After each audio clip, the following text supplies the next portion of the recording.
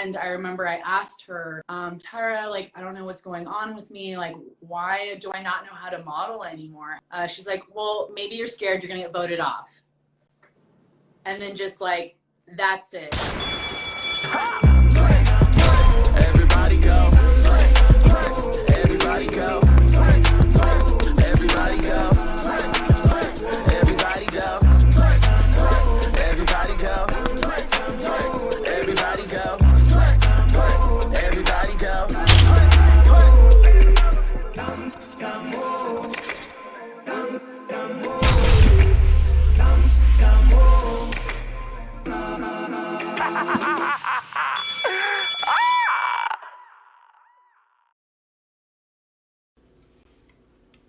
Guess who's back in the house? Click, click, clacking about. 5 fish, 5 of this, 5 to 11, 5 of this, 5 body like wow. Guess who's back in the house? Guess who's up in this bitch? Guess who ducking that clip? I mean, RuPaul, you did kind of take that from Zillion. So, she went wrong. That fresh thing, come on. Come on. Now they call me mother. Okay, listen, guys. This is Oliver Twixt, head nerd in charge. Your nerd boy cutie reporting for duty here to what? Do the Lord's work. We are talking to Megg Rock and Roll.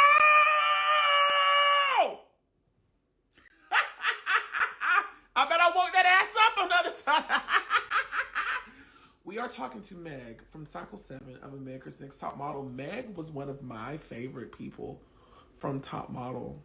Like, she was one of my favorite people. Like, when she went home, I teared up. Like, I was like, why are y'all doing this to Megg? She's been so nice and kind. Why are y'all terrorizing her? And so I have the opportunity to talk to one of my favorites, and we're going to talk to her all about the things. I've gotten all of your questions from YouTube and Instagram. Listen, let me type a little thing right here, just so you guys know. Am I Tam Tamisha? Yes. Tamisha, my boyfriend Jaquez is really involved in the ballroom scene. And he knows a lot of the iconic and legendary girls, and he was just telling me Tamisha Iman's story, and it was so touching to me. And just seeing, I actually teared up. Like, I'm very happy for her. Like, so happy for her. I've never met her. I don't know her, but just hearing her story really touches me. Okay, back to Top Model stuff. I'm sorry. The Aquarius in me is stepping out. Cycle 7. Megg. Bam. Hashtag. ANTM. I was going to say ANTM chocolate. It's ANTM chocolate. Want some? Take a piece. That was funny to me. She said, do you want some? Get a piece. Click, pass. Crack, pass. Crack, pass. Okay, post. Okay, pin. Perfect. Okay, now I am ready to bring in Megg. Bubbly seltzer water. You guys think I'm over here drinking alcohol? I mean, I've done it before, but no, I'm behaving today. Hello. Hi. How are you? I'm great. I love your vivacious energy. It's so great. Oh, thank you so much. You look so beautiful at, 9 a.m. your time? Yeah. Well, I gotta be ready, so. Hold on, let me turn on my...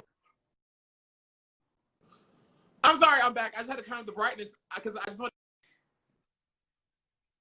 to see your face. It's so good to meet you. It's so nice to be sharing this moment.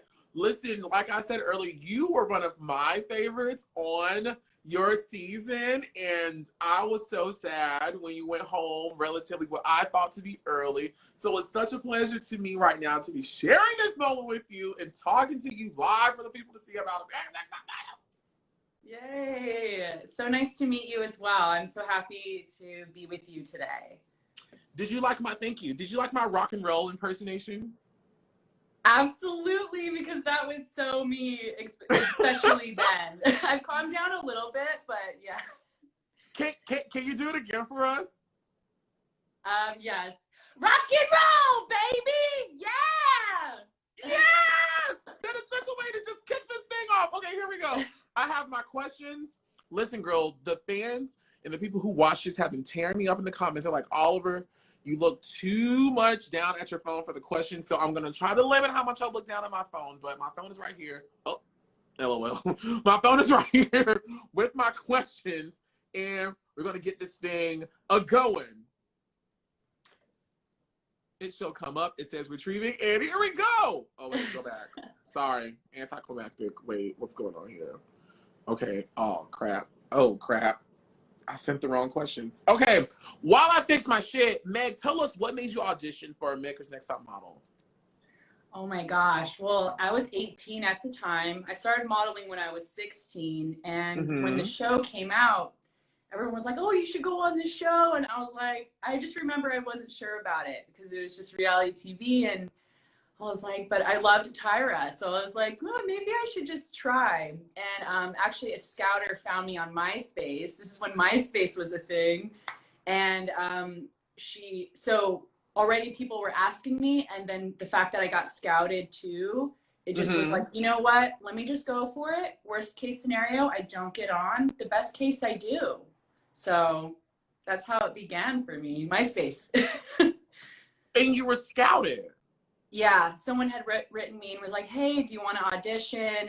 You can come to this place. We'll put you in the front of the line. And I was like, okay, let's do it. So was modeling necessarily something that was on your radar? Oh, yes. At a very young age, I was doing like child modeling. I was doing like floaties in the pool. And it was really cute. That's what kind of started it.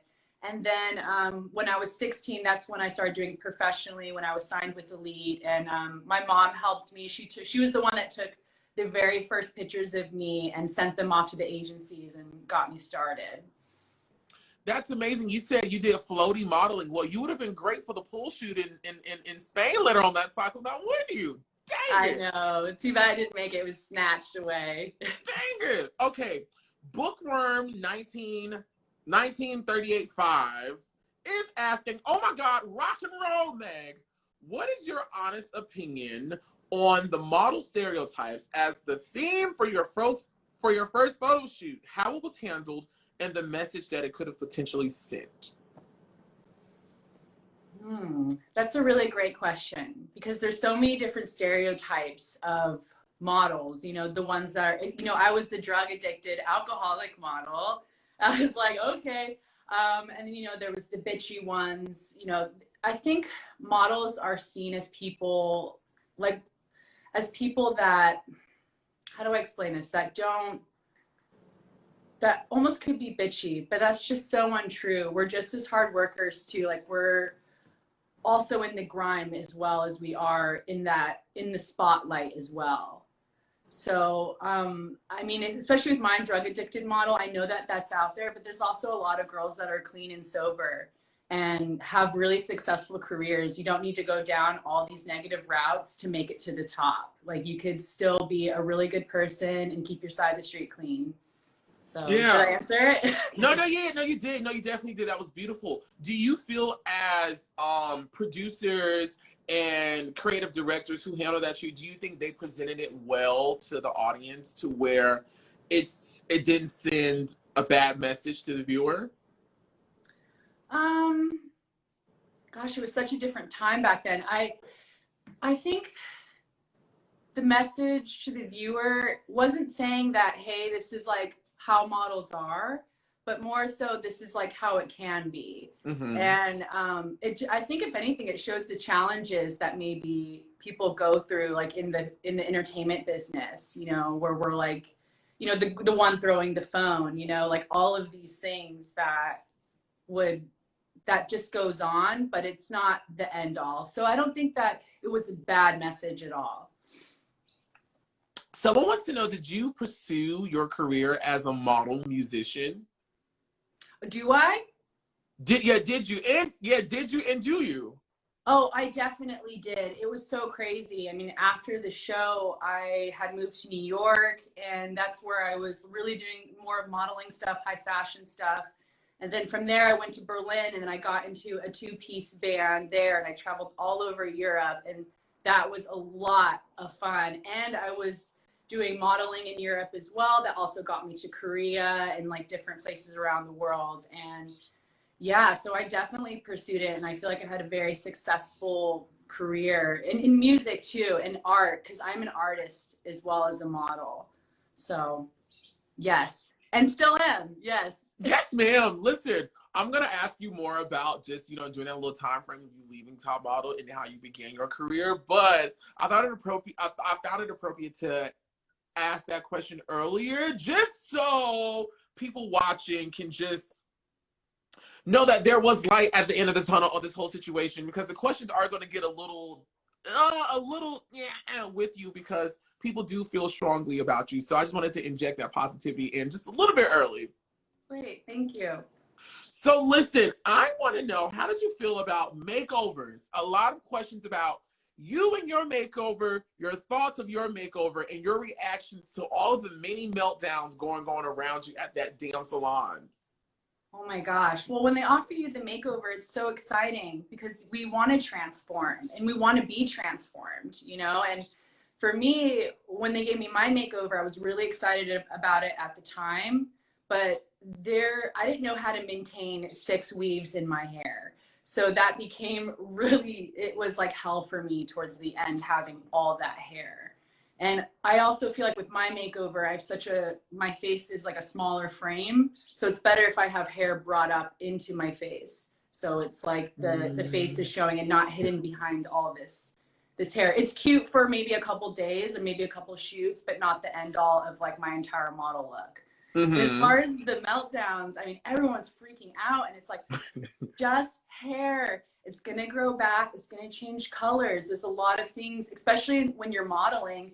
I mean, I've had all ranges of hair colors, you know, that's just how it works. And you got to be willing to change. You got to be the butterfly. You got to constantly transform yourself and be that chameleon. Like Jade.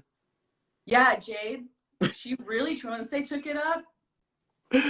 She said she was a butterfly. That's all. She was, yeah. Jade said she was a butterfly. Yeah, even for Melrose, when she had the brown hair and then she went to the blonde.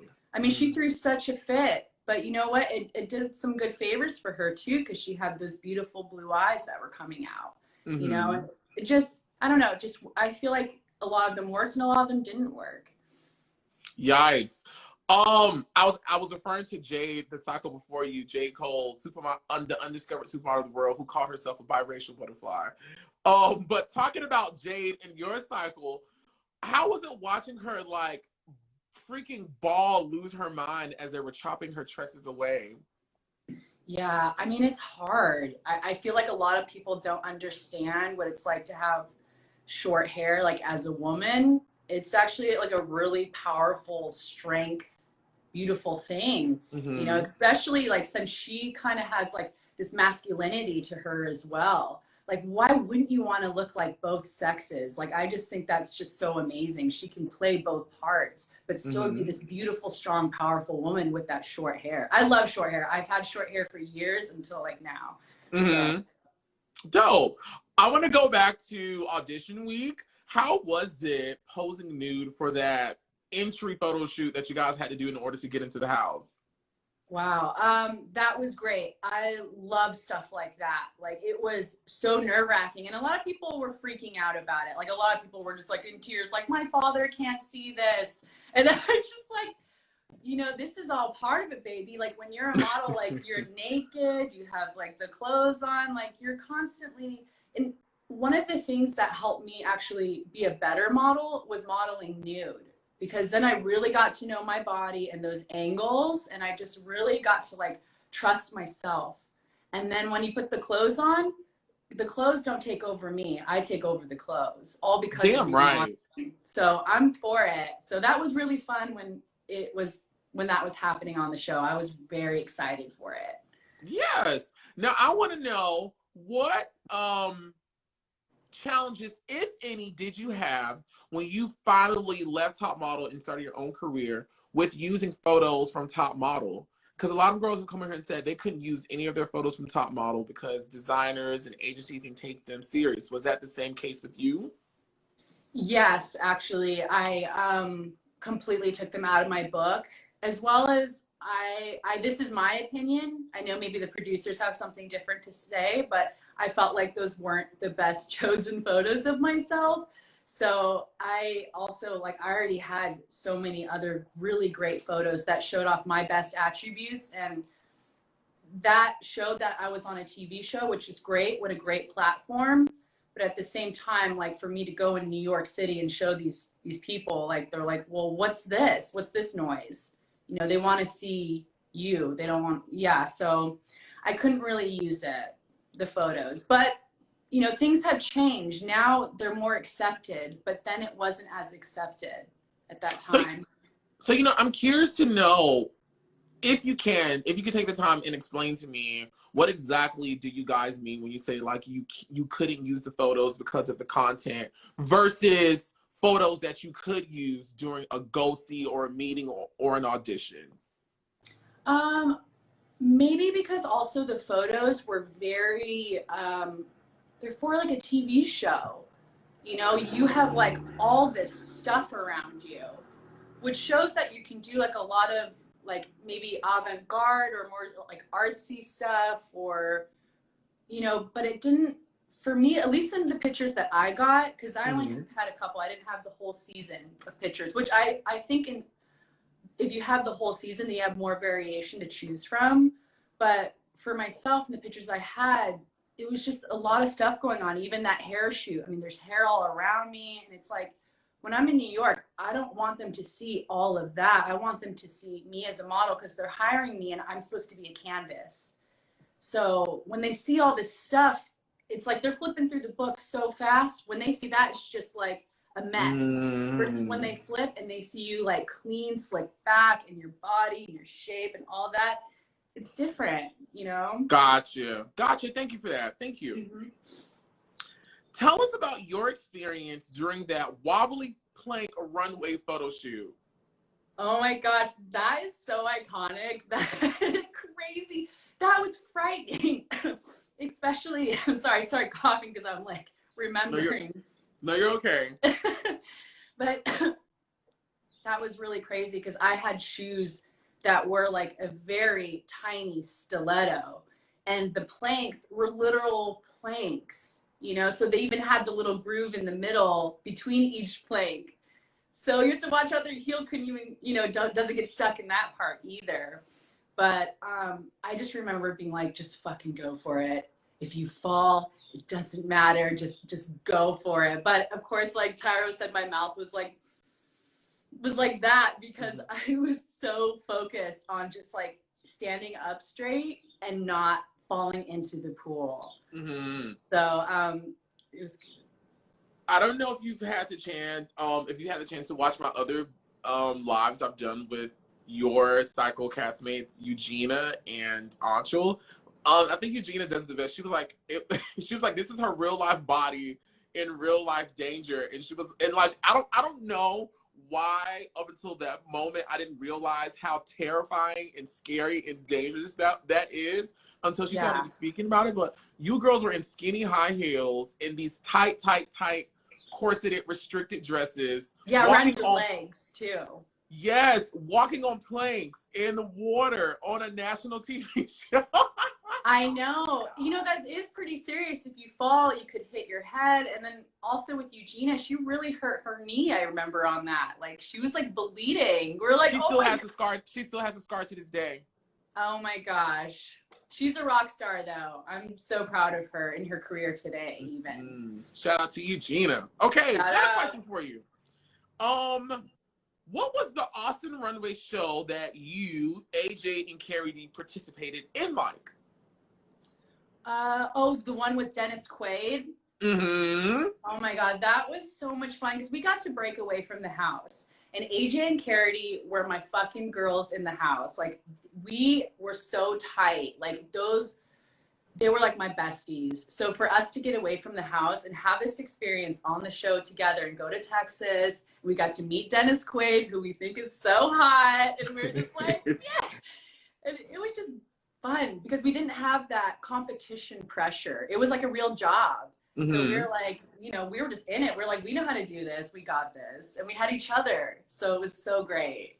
Yeah. Are you and AJ still friends to this day? Like, do you guys still communicate? I haven't communicated with her lately, but we follow each other and we do like support each other like with our likes and things like that. But I do need to reach out to her again because she was a really great friend to me during and even after the show. Same with Carity. You know, Carity was also such a wonderful friend to me. When I moved to New York, I stayed with her and she got me Oh, set amazing. up. Yeah. When's the last time you spoke to her? Like we just speak here and there over social media and things like that. Gotcha. Okay, SS wants to know what triggered her to, before I ask that question, let me ask you this question. Because she went home before you, what is your take and your perception of the phenomenon named Monique during Cycle 7 of America's Next Top Model? Monique, I couldn't really sympathize with her, but now looking back, I just realized, it's just a really hard situation, and I feel like she had her defenses up, and she was doing how she knew what to do. Like she was doing what she knew best as far as like to stand her ground, to be tough, although she said some horrible things. Like I had lost a ring that was really important to me and she was made fun of me instead of supporting me, but hey, I get it. You're in a competition. Of course you're like, fuck that hoe, you're just like, I don't expect her to support me. So, and she just had a really bad attitude at the time, but I get why, different sides of you come out. Like for me, what came out of me was a lot of emotional and, I was really emotional at certain points. Can I hear you say fuck that hoe one more time? Fuck that hoe. That was amazing. That was freaking amazing. Okay. Talk to us about your last photo shoot we saw on Top Model, which was the Circus Freak photo shoot, and you got the bearded lady. And during your photo shoot, you were crying. Excuse me. Can you walk us through what was actually happening with you during that moment? Oh my gosh. Well, by that time, it was kind of like my breaking moment because I had done modeling before, and for some reason, even though I got chosen for the show and I was validated in that way, when my pictures were coming out, I was like, what is going on? How do I not know how to model anymore? Like, how do I not know how to do this? And I didn't understand like why I couldn't just be myself, why I was letting things get to me so hard. When you're like that, it's like you just clam up, and I just didn't know what was wrong with me because I knew how to take pictures. I know how to be in front of the camera. I don't know why I lost that, while I was on the show. And, when we were doing that shoot, there was just so much pressure because I already knew. I said, if I don't turn it out, then I'm going to go home, and I just knew that. So, and they put this beard on me and it was just it was hard to have pubic hair on my face when I'm trying to do this. And they put this frumpy outfit on me. And then there's like, here's some hay, model with the hay and this frumpy outfit with a beard on. And I was already very self-conscious about, me as a model at that time and questioning myself. So I was just really broken down. But later, what helped me? Because for so long, even after that, I was depressed over it. And what happened after that? I saw a picture of Kate Moss with a beard on. And I was like, she can do it. I can do it too.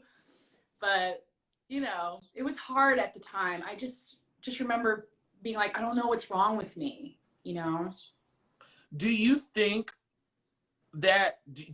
your performance was your fault, or was it the photos they were choosing of you? Sometimes I feel like it was the photos they were choosing, because it would be the results. And I'd be like, wait, I thought I nailed it on that shoot. Like, what, you chose that picture out of like everything else that I did. So that's why I felt like somehow it was the show as well, making choosing these photos. But also too, it is my fault as well because I was extremely insecure at that time. You know, I didn't have enough of that confidence in myself at that age to tell myself, you know, this is just a TV show, just rock it. You know, instead it was like, this is my life. Like, if I don't make it, like, oh my gosh, you know, like, it was just a lot of pressure. So I think it takes two. It's both. Takes two. Thank you for that. Louise Orozco wants to know, hi, Meg. I thought they gave you a really bad edit. Anything you want to tell us about your elimination? My elimination at that time, because the edit of the bearded picture, like, I was just standing there. I felt like they had chose the picture where I was like, are you guys ready? Oh, camera's on? Okay. You know, like, it's like I felt like they took the picture of me waiting for the shoot to start. Like, I honestly know that because the picture is just like me, like, kind of smiling. Like, I was like, they're like, it looks like you're waiting to start. And I wanted to be like, yeah, I was waiting to start. But that taught me a lesson too. Now I don't wait for anything to start. I'm constantly modeling from like the moment I step up on stage. So that was a hard edit for me to digest at that time. And the elimination was really emotional because Jada had already been in the bottom two, already had twice. So this was her third time. So I was like, kind of like, well, maybe I'll get a chance or maybe they'll keep her. And when they called my name, it was just devastating because I would miss the friends that I had made on that show as well, you know. Mm-hmm. But I also was really emotional at that time. I think you know, when I think about it, I think I was ready to go home because it was really emotional for me. And I think maybe Jada just had a little bit more to give. Gotcha. Mm-hmm. What are your beliefs on why you were sent home at that time? You know what? My beliefs are beyond just what the show shows, like beyond the pictures. My belief that I got voted off the show was that there was a lot of internal things that they saw me struggling with. And I think that they were like, you know, this girl is gonna crack. And I think that it was more of a producer call than like, hey, you just got the worst picture. I think it was more so like, hey, like, I was starting to crumble under the pressure. So in some universe, potentially, because at the time Meg wasn't the best that she could be in terms of emotional and mental, and you know, she was showing signs of that. In some universe, producers saw this and said to give her a break and to help her out, we're just going to choose her worst photo so that when she goes home, this was her best photo, which is obviously bad, and it'll make sense for her to go home. In some universe, maybe potentially. Yeah, I mean, we're the only ones that know what's really going on the back end side of it, and that also counts too. You know, with Carity, like, she had a lot of things that she could help girls out with in the future, like the psoriasis, and you know, showing people that she can still have a successful modeling career with issues that she has. And you know, I felt like that was like, this is the person who we want, you know. And at the time, I just don't feel like, even if I had made it to the end, how much would I have to offer? You know, now I have so much more to offer, but at that time I was just 18. You know, I feel like I offered everything that I could at that moment. Mm-hmm. Gotcha. Louise Orozco again wants to know, did you get a chance to go overseas? Anshul, when she spoke to me in a live chat like this, said that you guys had plane tickets and a return date already. Do you remember yours having a date prior to your elimination? Was it I think it was the Barcelona, right? I think they're going to Barcelona, if I remember correctly. I didn't make it. I got eliminated, I think, an episode before. I think, yeah. It was 5 or 4. Yeah, so I didn't make it to go to Barcelona. I went overseas on my own time and did my modeling over there later in life, but not on the show. Gotcha. So before we move off this, Anshul has a theory because she said, guys in the chat, help me because my brain is farting very bad right now. she said she had a theory because she said she feels like the elimination order was already predetermined because of the return dates on the plane tickets, and she said every girl that got eliminated her return date was like coincidentally, like, I don't know, I can't remember how she broke it down, but she felt like the elimination order was predetermined, and when she saw her plane ticket and the plane date and the plane time already on it, she was like, oh, did I go home because I did bad, or did I go home because you wanted me to go home right now? That's the hard part. You know, like I said, there's a lot of stuff that's going on the back end side, even that we don't know about. I mean, even if you think about it, they chose all of our different personalities for good reasons, and also because they clash. You know, it's good and bad, but I didn't get a return ticket, so I don't know how else to base that theory. And, you know, part of it could be very true, but then part of me thinks not, because look at Jada. I mean, she was in the bottom 3, you know, like, did they really plan to have her in the bottom 3 times, or were they really trying to push her and be like, hey girl, turn it out, we're giving you 3 tries, you know, because she was so unique. Mm-hmm. So it could be very true. I don't have a theory that it could be set already. Gotcha. Say no, that's safe enough. Great answer. Great answer. What photo shoots and challenges did production allow you to participate in after your elimination, but as a decoy? There was no more photo shoot participation for me. I was sequestered, and I was put into a hotel room. Gotcha. So I actually have a really crazy story just to tell you real quick. Mm-hmm. So when I was sequestered, I was having these really vivid dreams, and I kept having these dreams that AJ was going to be my roommate. But I was like, there's no way AJ is going to be my sequestered roommate at all, because she's doing so well. She's going to stay on the show. And I just kept having these dreams where I'm opening the door and it's her. And I told this lady, she was watching us, I told her about it. And she's like, no, but she's doing so well. Anyways, I wake up the morning that I'm supposed to get my roommate. I open the door and it's AJ. We just started crying. It was like, oh my God, you know, because we were super close. So that was part of the gift of being sequestered. Well, some of the tea that has been spilled to us is that Miss AJ was over it, and she was very vocal about her over it-ness, and that she was causing problems for those people at their job, and they could no longer take it. So they said, AJ, you must go. Is that your understanding of the situation? I know that AJ was very like rebellious. I think that when she saw what happened to me, she was like, well, this is complete BS, you know? Mm-hmm. And I think she just felt very strongly about that. And she started seeing maybe how things were fixed, and she wasn't having it. You know, AJ doesn't take BS from nobody. So I think that she was like, that's it. Like, the moment she senses it, I think she was just gone. I think I'm going to confidently crown AJ right now, on this moment, on this day, on this earth, on this live, on this Beyonce's sector of the internet. I think AJ had the best top model walk ever.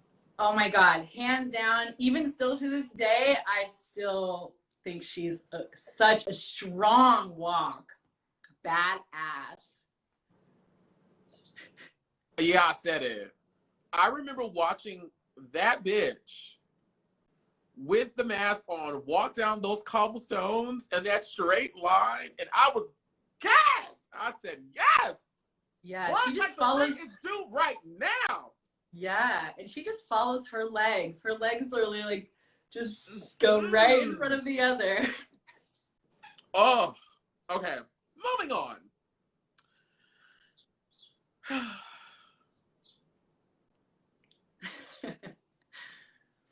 I'm going to ask you about Melrose. How was Melrose in the house? What is your experiences of Melrose? And what was you guys' relationship? All right, so just let me put this out there too. Me and Melrose, we did make amends to each other after the show, and we like, you know, we said, hey, you know, was the show. A lot of the stress that we were feeling. And, you know, to this day, like, she is who she is, and I accept her for who she is. But on the show at that time, I didn't, she had a really bad vibe, like a stank ass energy, you know, like just, you know, but also too, she was older than us as well. I think she was the oldest one on the show. And from what I remember, she was just like, oh, I know everything. I already know how to model, and I'm this and I'm that and this and that. And it's just like, oh my gosh, well, if you're already all these things, then why the hell are you here? Like, if you're already something, like, it wasn't inviting, and it wasn't nice energy at that time during the show. I'm not saying that's who she is today, you know, but at that time it was hard. I remember they caught a scene of me doing my makeup in the mirror, and I called her a bitch. Like, she was just like in the background, like yelling at everybody. I'm in the mirror doing my makeup, and I'm like, bitch. That is funny. Okay, so I want to take a little small break for 2 minutes, really just to talk to my people out there and the people who will watch this video about Melrose coming to do a live with us. So I reached out to Melrose maybe last year when I first started doing these and they started picking up steam. She responded to me very nice. She was like, hey, I'm writing a book right now, and it's in my best interest to do lives once my book is done. And then once my book is done and we have a marketing plan, I'll reach back out to you and we will set up something, because it'll be part of the rollout. Okay, cool, fine. So some months have went by, and of course, like, I've gotten busy and gotten other guests and stuff like that. So then when I was mapping out again, I was like, oh my God, let me reach back out to her. Well, during this time, I had spoken to Anshul. You remember Anshul? Love Anshul. I had spoken to Anshul. Yes, Anshul's so sweet. And so Anshul came on, and Anshul, you know, said her views of Miss Melrose while on the live. Of course, not so great, because, you know, that was her experience or whatever. And, you know, excuse me, that was that. I think I might have, well, I'm not going to say that part yet. So fast forward to this week where I asked, oh my God, this bubbly, guys, it's coming up out of me. I'm so sorry. I know, me too. It's seltzer water. It just keeps coming up and up and up and up. Okay, so fast forward to this week where I'm building out a new calendar of Top Model Lives. And I tell the fans, hey guys, if there's a girl you guys want me to interview, just reach out to them. And just so, you know, it'll help me, whatever. Because, you know, some people don't look at their DMs. Some people don't look at the requests, you know, whatever. So I started getting these screenshots of, oh, and I hate to say this, and the only reason why I'm saying this is because so many people have started following what I do now. And I just want to just educate them, just so they're not out there like aimlessly doing things, because they're important to me. And I do this because it's important to so many people. It's become important. So this is why I feel the need to tell a story. Anyways, they started sending me like their correspondences with her on how she decided not to do the interview, guys, because she felt like some of the things that I said about her in my chat, I guess it rubbed her the wrong way. And so I went back and watched it, and I was like, well, did I say anything about her? And the two things that I could pluck out was, I think I did say I didn't like her on the show. She was not one of my favorites on the show, which I still stand by. And here, Miss Meg, I'm not sure if you watch any of my chats, but I've always taught the people who watch this that we have to make sure that we keep everything in context, and that we're not misjudging people or placing strong opinions on their characters, because they've been presented to us in a very edited, contrived, produced show that only lasts for 1 hour. So we're only seeing 1/10 of their personality. So we can only talk about it within the show. So if I said I don't like you, if I loved you, if I hated you, whatever, I stand by it, but understand that I'm talking about it within the context of which it exists and nothing outside of that. And then I think Anshul went on this long tyrant, and then I ended it by saying, well said. And what I was referring to was the way she was so, she was able just to piece her thoughts together, not necessarily her opinions, because like I always say, I don't know you guys. I've never met you. I can't place judgments on your, I can't place any judgments on your personality. So those were the only two things that I could pluck out that could that could have rubbed her the wrong way. I offered her an apology and I explained it. She left me on red. So I just wanted to let you guys know, update you guys on that whole interaction.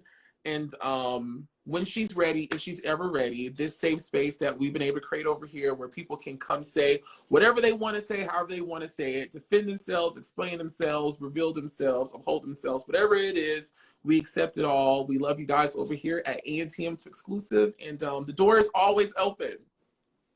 Yay, well said, really well said. And I as well, you know, in the context of the show, that's what we're talking about. We're not talking about them as a person, like, and who they are today. It's just in the context of this show.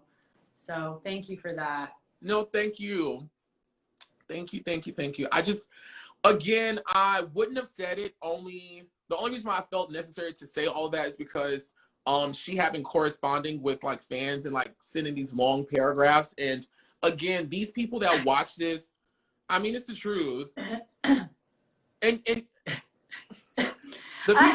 the people who watch this, like, they're very sweet to me. And I'm very grateful for their time, whether they've come here just to listen to you guys, listen to me, they like me, like whatever, they're still supporting me and it still benefits me. And I feel like I owe them an explanation because, you know, I don't want anyone being mistreated or spoken to or handled away on an account of something, you know, on account of me. That doesn't make me feel right. So I just felt the need to say that. Yeah, and thank you. And right away, I would not have said yes if I did not get this really great vibe from you. And also, like, looking through your work, I was like, follow this, follow that, go here, go that, because you have a lot to offer as an artist and it's super inspiring. And it just, I want to be around people like you. So. Oh, thank you. Thank you. You know, just on like some divine things, I feel like everyone, guys, I really feel like everyone that I've talked to and that I will speak to, it's already been divinely ordered and selected by the man above for everyone that I'm meeting and I'm building connections with. So honestly, guys, the people that we want to talk to, would I love to talk to them? Yes. But if we don't talk to them to end this whole segment, I don't give a fuck. All right, moving on to the next question. Stefan wants to know, Miss Meg, someone I went to college with had a friend who lived with Meg while they were modeling in NYC. She said that Meg told her a story about seeing Tyra after the show had taped and aired and her being a complete B-word. My question is, not necessarily is that true, but if you want to talk about it, you can. My question is, what is your experience with Tyra Banks, both during filming and if any exists after filming? You know, I have mixed feelings because it's hard when you get voted off and you're like, well, I'm not accepted, you know? Mm-hmm. But I in the beginning, Tara, I feel like was really on my side. Like she had gone for me to be a contestant on the show and she had picked me out. And that was so great. I'm glad that she created this platform for us, and also, you know, to be chosen by her to be seen by her was so fantastic. But when it came towards the end, I remember I asked her, Tyra, like, I don't know what's going on with me. Like, why do I not know how to model anymore? I used to do this all the time. Like, I just don't understand. And she had said to me, she's like, well, maybe you're scared you're going to get voted off. And then just like, that's it. The glass had came down between us and there was just like, maybe you're scared to get voted off, you know? And I think that really hurt my feelings because I just expected more from her since she has a talk show and she's trying to relate to us. I just thought that maybe she would be like, hey, like, you know, this is a really tough experience. I just thought that maybe she would explain it in a different way to me, but also I can't expect people to take care of me and baby me and give me that confidence. I had to have it in myself. So at that time when I said maybe like, oh, she's a bitch, you know, like, or like she didn't acknowledge, you know, I can't expect her to do those things. And now looking back today, I'm really thankful to her. And did I have that rough moment? And do I still look back and wish it was handled differently? I do. But what can you expect? It's a fast-paced TV scene. And she's just, doing her job, you know? Yeah. So That still sucks, but yeah. I'm inspired it's inspired by you, just by how you've been able to rationalize it, and you didn't place the bulk of it on her. You allowed it to inform your moving forward, and I think that's very beautiful. Thank Mm-hmm. you. Yeah, that's where we're at. So on to like the really, really, really good stuff. I want you to talk to us about how did Megg leave Top Model and start this amazing, amazing, amazing, sickening, iconic career as a model, as a creative, as an artist. So many questions about this. So I want you to take full time to tell us about it all. Oh, like how, like after the show and what happened? Well, let me just tell you first off, 8 months after the show, I was in a complete depression. I could not do anything. I didn't know how. I just felt completely like shot down, because they tell you, you know, once you get voted off, like that's it, like you're not a model. And that's not true. That's not true at all. So when I got voted off, I thought that something that I was so passionate about, which is modeling, and because also too, like saying I'm an artist, modeling is one of my art forms. So when someone says I don't know how to do that and I can't do that anymore, it was devastating. So it took me 8 minutes to retrain my brain and know that this is not the fact of my life. You know, that I can have a successful career, and even though the show is attached to me for life now, that's okay, because I can grow from it. So I just kept going. You know, after that, I went to New York. I got an agency there, and I was doing a lot of hair jobs. I worked for Alexander Wang doing his fit modeling. I did so much I just worked with so many great people. And I just remember too, I hit a point there too where I was doing a bunch of commercial type stuff and hair jobs, and I was like, man, like I'm feeling so depressed, you know, and I knew that my art side needed to come out more. So what I did was I was like, okay, let me go to London. Let me see if I can try like a different area, do modeling there, and then also have my art career. I went to London. I got deported as soon as I got there.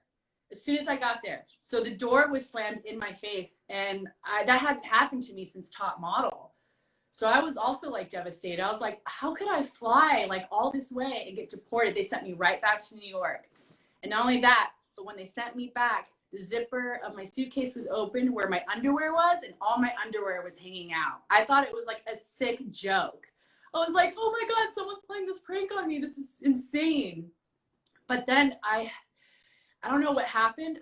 When I got back to New York, I picked up my guitar and I just started making music. I called up my agency. My contract was about to come up for renewal. And I said, I don't even want to renew it. I shaved my head. I shaved my eyebrows off. I just completely was like, I am changing this up. And I just started doing my music and my art full time. Then I moved to Berlin. And I went there with my mom because I don't want to go there alone, because I didn't want to be deported again. So I just wanted to look better. So I went with her there. And then it was so crazy. The house that I moved into, this Airbnb, the guy who owned that ended up being my bandmate and best friend to this day. It is insane. I literally flew across the country, like across the water, everything, and didn't even know this person. And I moved right in, and we're in a band together. And then literally just a month later of me living in Berlin, I got an agency. Like I didn't even want to start modeling again. It just fell into my lap. And I was like, all right, I got to do this. The universe wants me to do modeling. The universe wants me to do music. It wants me to combine these and diffuse it together. And Berlin was the best place for me as an artist and as a model, because I could be me and I was totally accepted. And it was just such a beautiful experience. And then from that, Korea picked me up from my Berlin agency and then flew me over to Korea. And I spent months there, and I got covers of magazines, and it was so great. I loved Korea so much. And yeah, I just flew back to Berlin, and also within Berlin, I would go to different parts of Europe as well within my career. And then it took me back to New York, And then I came back to New York, and now I'm back in Los Angeles, which is my hometown now. So it's kind of in a nutshell, but yeah, I got to live my dream, you know? And even now, like, I feel like I accomplished those dreams that I wanted. And now I'm in this moment of like transforming and redeveloping new dreams. So that's where I'm at today as well. That is so amazing. Listen, to someone who's been a fan of you since Top Model and people who follow your careers, what would you tell them, having seen your performance on Top Model, where you left off, you being vulnerable with us and telling us you went through an 8-month depression and then you were able to recreate, rebrand, and get new life experiences and get remotivated all again? What is the advice you would give someone who's looking up to you? I know this sounds cheesy, but never give up on what you feel like is your dreams and your path. You know, don't stop yourself because people tell you no. There's so many people in this planet that will tell you no, and they're so wrong. They're so wrong. You know, it just live your dream. Just go for it. And it's sad because some people really don't want you to succeed, but you just got to tune that out because that doesn't matter. It's like the same with RuPaul, which I love. He says, you know, I'm too busy loving the people that love me, you know, and this is where your energy belongs. So if you ever feel like you're doubting yourself or that, oh, I can't make this because all these other people make it better and all these things, it's like no one can make it like you because you are you. You are what's unique. And no matter how many other people are doing it, how they do it, you're the only one that's going to do it your way. So do it your way. Keep, you know, you got to follow yourself, you know, follow the universe and what it wants you to do. I hope I said that right. But yeah, just keep, never, you know, you can be sad for a couple months or whatever, but pull yourself out of it because the world needs you. You know, it needs you to inspire people and just to do you, you know, and to share that with others. You know, so many people inspire me. I wouldn't be here today with so many good people in my life, or even people that I don't even know that inspire me. Mm-hmm. Well, Meg, thank you for that. It was freaking amazing. I have one more question for you before I open it up to the people who are participating in our Instagram badge program. Simple, there's a button right there that says get a badge, get any badge of your choice, and I will ask Meg your question live right now on Instagram. So while you guys are getting badges and typing your questions below, Meg, I ask you, if you ever saw Tyra in person, or if you were actually standing in front of her right now, what would you say to her? It's like the little 18-year-old girl comes out of me right now. I would be like, Tyra, thank you so much. Thank you for creating a platform for me and all these other women that, you know, just thank you so much for having that platform for us because it really did help my career. And also it's helping me today. It's helping me be in contact with people like I don't even know because they're fans of the show. You know, so like, thank you for opening up my world even more. And thank you for choosing me to be on that show at that time when I was so young and I didn't know where the hell I was going in life. And thank you for giving me that opportunity. That was so great. Oh yeah, I'd be like, I love you, Tyra. Oh, that was so amazing. Okay, let's go into these questions. I'm not going to hold you too much longer. Who from your cycle, this is CL4.TP, who from your cycle did you think would win or would be in the top 3? Who did I think would win? Carity, absolutely, hands down. I knew it from the moment I met her that she would win. And then AJ, and then Eugenia, I thought were going to be in the top 3. Melrose, I didn't want her to be in the top 3, but I knew that she was going to make it up high, but I didn't want her at that time to be my top 3. Beautiful Brown Eyes is asking, what was your favorite thing about your experience on Top Model? Love you both and thank you for all the inspiration. What was my favorite thing about it? Mm-hmm. I just have to tell you, are like Carity and AJ. They were my favorite things. Like, they were not things, but like my experience like wouldn't have been an experience without them. Like, I just loved them so much at that time. Like, I was just bawling when I was leaving because I was like, I'm gonna miss you guys. They were the best part of that experience for me. Oh, shout out to them. Shout out Voltaire Don't Care is asking, were you asked to be a part of All Stars? No. I don't really remember. I did get some emails at some point about a band and then something about another TV show, but at that time I wasn't ready. I don't remember replying in the best way. I don't think I even replied. Gotcha. From what I remember, it was a different, I don't even remember how. Like, was it still MySpace? I'm not sure. Ken Martin wants to know, your last name is Morales. Can you describe your ethnic and cultural background? If Latina, why do you think it was never mentioned? Yes. So, yeah, my last name is Morales. I'm I'm Latina as well as I am European as well. Like, I'm English, Scottish, and German.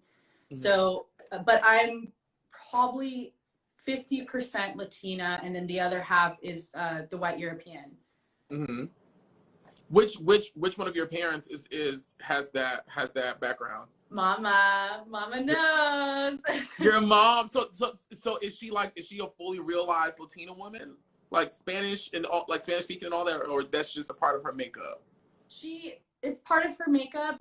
We don't. All other parts of our family speak Spanish, but me and my mom, like, we don't speak Spanish so well, and then so she's fully realized visually, but doesn't speak it. Gotcha. Okay. Alec McCloskey is asking, which shoot would you have liked to do that you didn't get to do on your cycle? Oh my gosh, I love that one with like the scary eyes and like they're like so in black and white. I think Tyra did that shoot where she shot them. Mm-hmm. I would have loved that, like, to have. Yeah, that would have been nice for you. That would definitely have been rock and roll. Yes, especially at that time. Would have been like so dramatic, rocky, edgy. Yeah. And Tyra was shooting it, so yeah, I want that one. Elwood _Archibald _Spats _Badena is asking, describe the judges from your own experience on the show. Okay. Jay, the runway instructor, like, Jay, I absolutely love, kind person, best advice ever I would get from a judge. I even saw him in New York after I was done with the show, and he was so kind to me. And he was the director of a runway that I was doing, and he was just such a good, I can tell he was supportive. You know, even if you're not on his level, he's still supportive of you and wants you to do well. Nigel was also great. I feel like his critiques were really smart. He knew what he was talking about. He's a fashion photographer. You know, he's been in the business. He's a great judge to have, and he's gorgeous. So that was a plus. With Twiggy, I think Twiggy was there too. Yeah, I don't know why Twiggy. She was there, Twiglet. Yeah, she was cool. I don't know why I don't have the fullest memories of her. I have more full memories of Jay and Nigel and Tyra. And but it was great. That was, you know, what better of an icon to have on that panel, you know? And Jay, with the blonde hair, he did not like me at all. So he was a tough one to be in front of, because I just knew he hated me anyways. So I was never going to win with him. He did not want me on the show, from what I remember and from what I know. I'm not going to speak for him, but I know that he did not like me. So I'm pretty sure it's safe to say you haven't read his book. Have you heard about his recent book? No. Well, yes, but no, I haven't read it. Gotcha.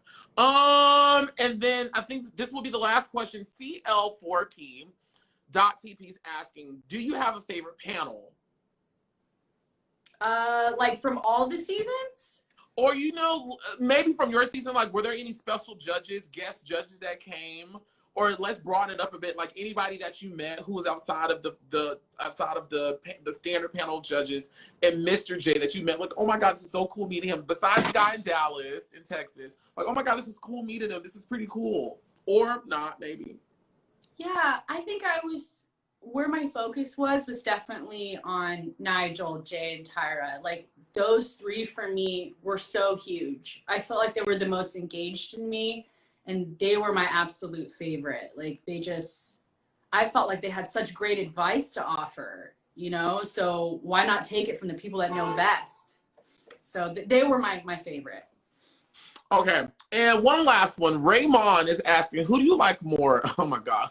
Who did you like more, if at all, Amanda or Michelle, and why? Remember the twins? The twins.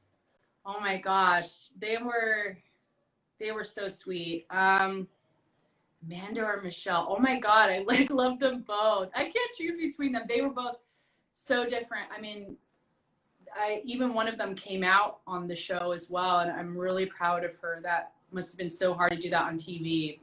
So I love them both so much. I'm not going to choose between, because I feel like they're so equal in their very different ways. You know, that was actually their struggle on the show. It's like, you guys are both great. Like, if only they were just one person. Remember, like, they couldn't even like walk straight. Like, that is funny. That was true. Like, one always had something that the other one needed, and what the other one was very strong in, the other one was very weak in. So yeah, that was pretty cool to watch, actually, now that I actually think about it. yeah. One last question before we go, and I think this is only the right way to end a Top Model Live with Megg from Cycle 7. Can you please, for all of us, one last time, Megg, on this live, say rock and roll, baby? Yes, absolutely. All right. And before I do it, I just want to plug too. I'm also starting my own clothing brand, and it's something that I'm doing. It's my new art. So please follow me there as well. That's something that I'm currently doing today. So if you want to see what I'm up to on a daily basis, that's what I'm doing now, creating my own brand. And it's called Bum Palace. So feel free to follow there. All right, let's do it. Rock and roll, baby! Yeah! Rock and roll, baby! Yes! Listen, I think this is so freaking amazing. Megg, thank you again so freaking much for doing this with me. I know there are thousands of people around the world after they watch this who will freaking laugh, cry, be gagged, be shocked. And just to see that you're still full of life, love, and positive energy. Thank you once again. Yes, thank you, Oliver. I appreciate you so much. Thank you for coming into my life. Love you. Love you too. Love you too. And we have to connect. Listen, when I come out to California, it's going to be my first time out there. Which part of California are you in? I'm near downtown LA right now, but I also float between Santa Monica too. Perfect. So I think my first stop will be LA. I'm going to have the biggest Top Model reunion because I want to see all of you girls come out, and Megg is going to be the headlining performer. Woo! Yes, I really can't wait to meet you. Let's please stay friends. I want to Yes, definitely. Everyone give Megg kisses, hugs, and a whole bunch of positive energy as we wave goodbye to her from doing an amazing A&TM Twix exclusive on Cycle 7 of America's Next Top Model. Yay! Thank you, everyone. Love you so much. Thank you for all your continuous support. I'm forever grateful. I love you. Bye, Megg. Bye. That was freaking amazing. Listen, guys, this video, like so many others, will be available for your streaming entertainment purposes on the Oliver Twixt YouTube channel. Yes, that's Oliver Twixt YouTube channel. I'm not going to hold you guys. I'm going to, that was so freaking amazing. Thank you, Megg. Thank you. Beautiful. Thank you guys to everyone who participated in the badge program, the badge Q&A. I love you guys. I thank you guys so much for supporting me. Listen, I thank you guys so much for watching, following, participating, engaging, sharing, liking, commenting, subscribing, all those things. Every little thing you guys do piles up, piles up, piles up, piles up, and it just comes to me like one big warm hug, and I love you guys for it. Listen, as I always tell you guys, be sure to pray and giggle! Come home.